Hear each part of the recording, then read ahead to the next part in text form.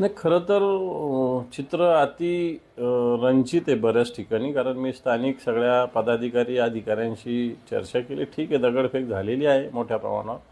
निरपराध लोकांचे दुकानावर हल्ले वगैरे झालेले आहे.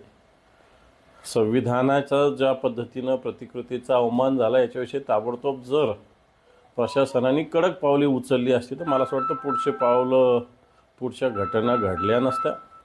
त्यामुळं आता सगळं झाल्यानंतर प्रशासन कडक पावलं उचलते आणि म्हणून याला प्रशासनाचं जो मूकपणा मोठ्या प्रमाणात जबाबदार आहे असं समजायला काहीच हरकत नाही.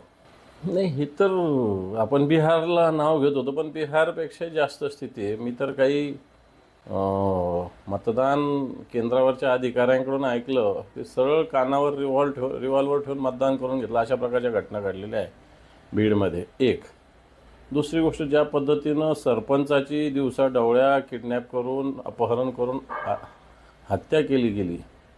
जर एका मोठ्या गावचा सरपंच सुरक्षित नसेल तर सर्वसामान्य माणसाच्या जीविताचं काय? लोकांनी गपचूप बसायचं? लोकांनी आवाज उठवायचा नाही का? मग तर अशी स्थिती राज्यामध्ये अनेक ठिकाणी आता निर्माण झालेली. हे सगळं लक्षात येतं ना, लिंक कुठून कुठपर्यंत पोहोचती, याच्यात कोण दोषी आहे, कोण या सगळ्या गोष्टी चालवतात, हे मला असं वाटतं या सगळ्या गोष्टी याच्यातून सुस्पष्ट होत आहेत.